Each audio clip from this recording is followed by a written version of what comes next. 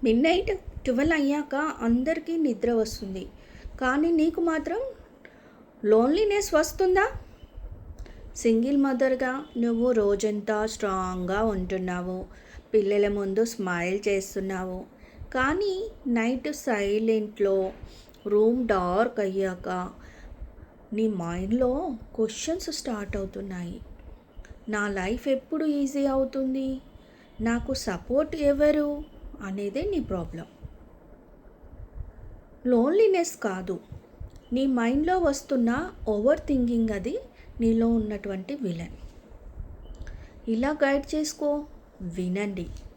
Loneliness అంటే empty కాదు, అది రీబిల్డ్ టైం. డైలీ ఇలా ప్లాన్ చేసుకో. మిడ్‌నైట్లో ఏడవకుండా 3 స్టెప్స్ ట్రై చేయి.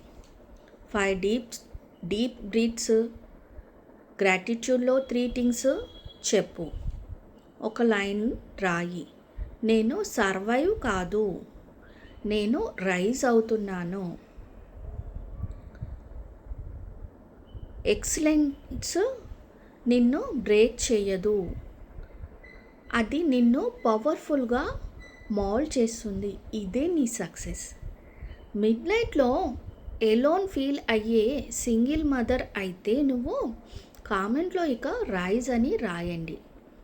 మనం కలిసి లోన్లీనెస్ని స్ట్రెంగ్త్గా మార్చుకుందాం.